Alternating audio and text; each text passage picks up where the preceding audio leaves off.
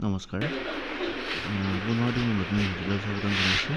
আজিৰ ভিডিঅ'ত তোমালোকৰ কাৰণে আনিছোঁ দশমমান শ্ৰেণীৰ 7.83 3 নম্বৰ অংকটো। এইটোত আমাৰ ৰম্বাছৰ কাৰণে ৰম্বাছৰ বাহুকেইটা আটাইকেইটা বাহুৱে সমান। লগে লগে আমি এটা কি দিব লাগিব, শীৰ্ষবিন্দু কৰ্ণ দিব লাগিব, এ বি আৰু চি ডি বহুকোণ শীৰ্ষবিন্দু। প্ৰথমতে আমি এছ ডি কৰিম আৰু বি ডি কৰিম। মানকেইটা আমাৰ কি আছে, এৰ মান কিমান আছে 30, তাৰপিছত 45 বি, তাৰপিছত আছে -14 আৰু -2 আৰু -1।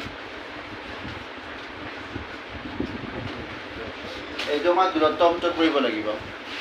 কাৰ দূৰত্ব উলিয়াম, এ চি আৰু বি ডিৰ। প্ৰথমতে আমি এ চি কোণৰ দৈৰ্ঘ্য উলিয়াই ল'ম। এ চি কোণৰ দৈৰ্ঘ্য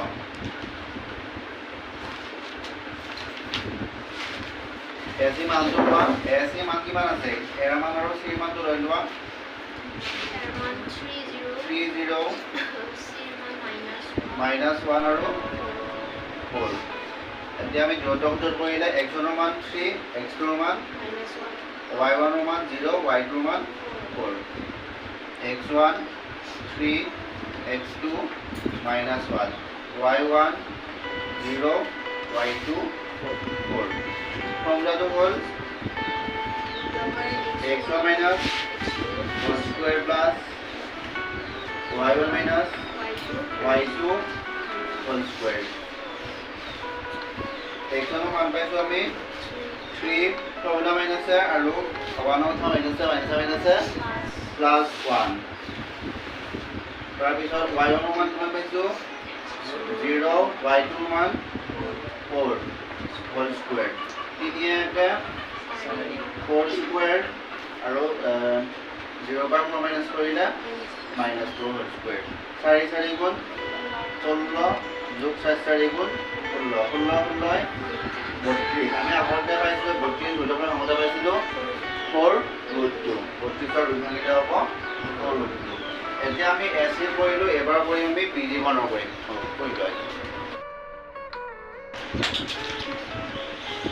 এবাৰ উলিয়াব লাগিব আমি বি ডি কোণৰ দৈৰ্ঘ্য। বি ডি কোণৰ ল'লে আমি মানকেইটা কাৰ ল'ম, বি আৰু বি।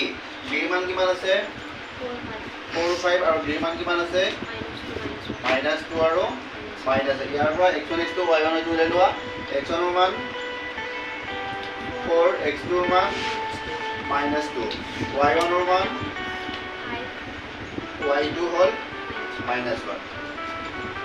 ফৰ্মুলা ইউজ কৰা x1 minus x2 whole square plus y1 minus y2 whole square।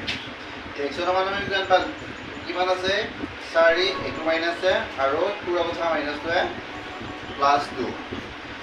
y1 ৰ মান 5, ঠিক তেনেকৈ এইটো মাইনাছ আৰু 1 ৰ মাইনাছ +1। 4 + 2 6 square, 5 + 1 6 square। 6 6 গুণ 36 + 36।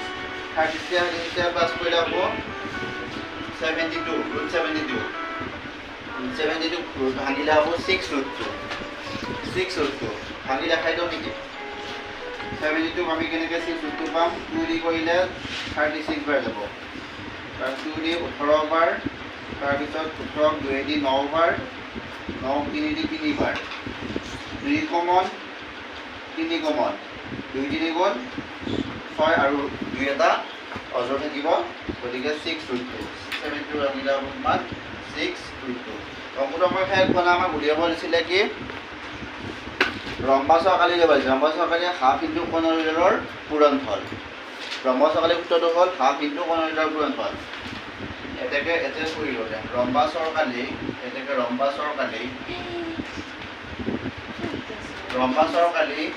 হাফ ইনটু কৰ্ণৰ দুডালৰ পূৰণফল। কৰ্ণৰ দুডালৰ পূৰণফল আমি কৰ্ণ কি পাইছোঁ AC কোণৰ দৈৰ্ঘ্যটো আৰু BD কোণৰ দৈৰ্ঘ্য AC কোণৰ দৈৰ্ঘ্য কিমান পালো 4√2 আৰু BD কোণৰ দৈৰ্ঘ্য 6√2 এতিয়া আমাৰ আহিল হাফ 6 গুণ 24 ইনটু √2 আৰু 2 এ সিঙ্গল 2 দুইদি দুই কাটি দিয়া একবার থাকে 24 1 গুণ 24 आंसर तो 24 বর্গ একক